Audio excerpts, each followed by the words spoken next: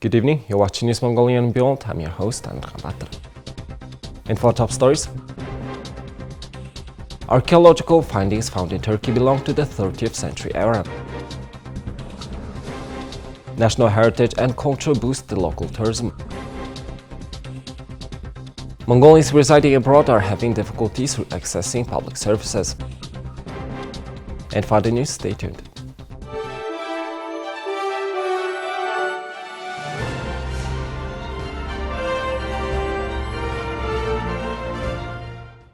The Office of the President of Mongolia and the Ministry of Foreign Affairs jointly organized the first General Conference of Mongolians residing abroad under the auspices of the President of Mongolia in Ulaanbaatar city from July 3rd through 5th. As part of the conference, the fourth session of the Council of Mongolians Abroad was held on Monday. At the Ministry of Foreign Affairs, the conference continued for 2 days and concluded today on Tuesday. 200 citizens from all over the world are participating in the General Conference of Mongolians residing abroad. On this day, the report plan of the Mongols Abroad NGO was discussed and presentations of subcommittees and the activities carried out were reported to all the participants. Solutions are being sought regarding issues mentioned during the conference. Mongolians residing and working in 87 countries of the world should join together with a sincere initiative to protect its interests of Mongolians residing abroad and contribute to preserving their native language, history, culture, and heritage. The government of Mongolia will continue to support the aspirations of its citizens abroad, reflect their ideas in the activities, and will cooperate with them. Currently, there are about 170,000 Mongolians who are residing in 87 countries of the world. The main difficulties those people face are accessing public services. For example, when you live in a place where there is neither a Mongolian embassy nor consulate department, it is difficult to obtain a new passport, a birth certificate, and other official documents. In addition, Mongolians residing abroad say that their children often have the citizenship of the country where they reside and ask if there is a possibility of allowing dual citizenship.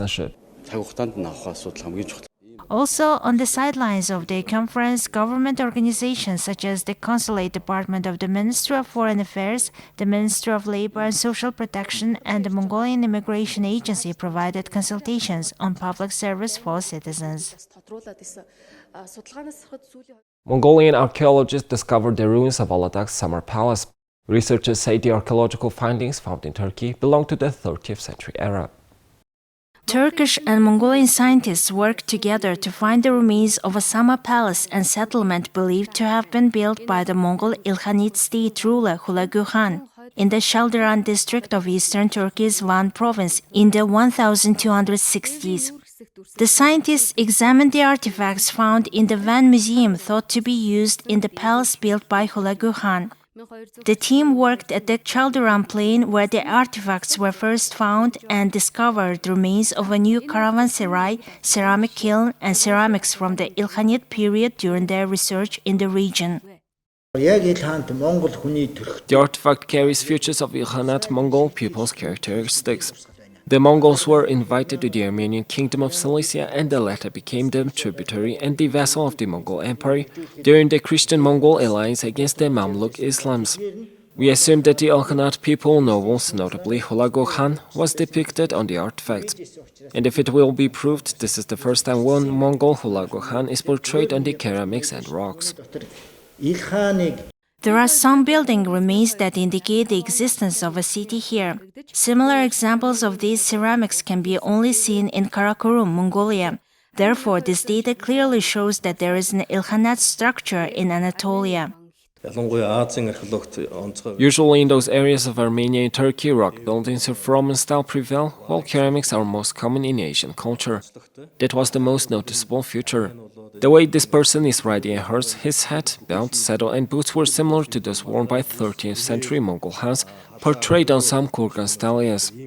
And the arrowhead had the form of a leaf. Those kind of arrows were used for hunting big predator animals. Usually foreign researchers come to Mongolia to study Mongolian artifacts.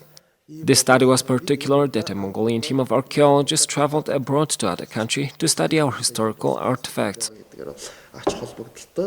touching on the sources that indicated Hulagu Khan had a church built for his wife, the Güz Hatun. The Sama Palace built by Hulagu Khan may also be in the same region. Scientists emphasized that the artifacts to be unearthed with the planned excavations are important for both Anatolian and Mongolian history. The work had a serious impact in Mongolia. Mongolian history and culture attract the attention of thousands of foreign tourists. For the tourism season, artists of the Mongolian Grand Theatre of National Arts launch a special program and organize various performances every evening. One of the characteristics that makes people of Mongolia unique from other cultures of the world is the tangible and intangible heritage of Mongolia, its traditional arts and culture. Ikhbatr is the man who inherited the skills of long-throat songs. He said that he feels very proud of himself when he goes on stage to sing traditional long song. He says he tries to convey the Mongolian ideology and essence of the nomadic culture to the hearts of many tourists through his long songs. I feel very proud singing on the stage in front of the many foreign visitors when tourists admire our folk art and national heritage and later share with us their reaction, saying it was amazing. The team of the Mongolian Grand Theatre of National Arts has started its famous summer season performances. Performances of folk songs, folk dances, and traditional art performances will reach foreign tourists every evening this summer. Our unique side is that we organize concerts with the aim of making our audience proud of our national art and spreading our national culture and traditions to visitors from abroad. In this way, it is believed that national art plays an important role in attracting tourists. We support the organization of the national culture festivals and art performances during the tourist season, during which tangible and intangible cultural heritages of Mongolia are promoted to foreign visitors. On average, our country receives more than 400,000 tourists annually. About 90% of those tourists arrive first in Ulaanbaatar.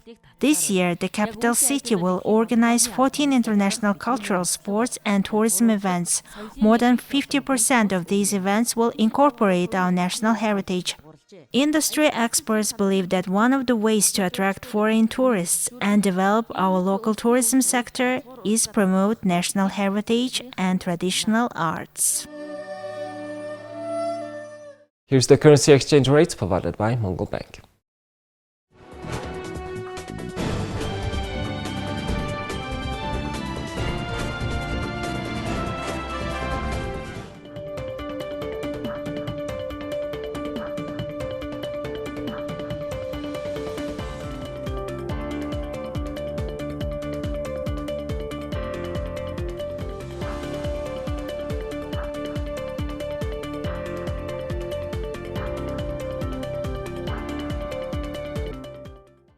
Here's the weather forecast of world major cities.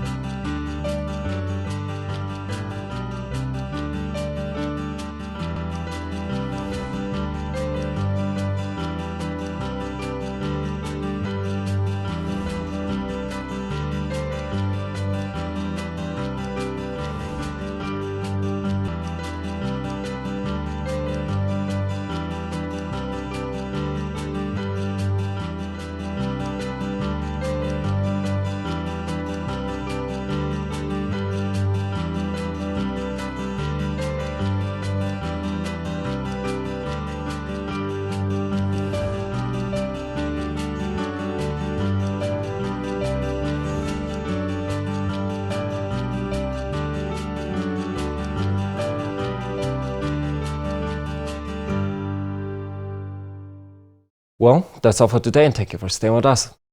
We will see you tomorrow with more news and updates. Have a nice evening. Goodbye.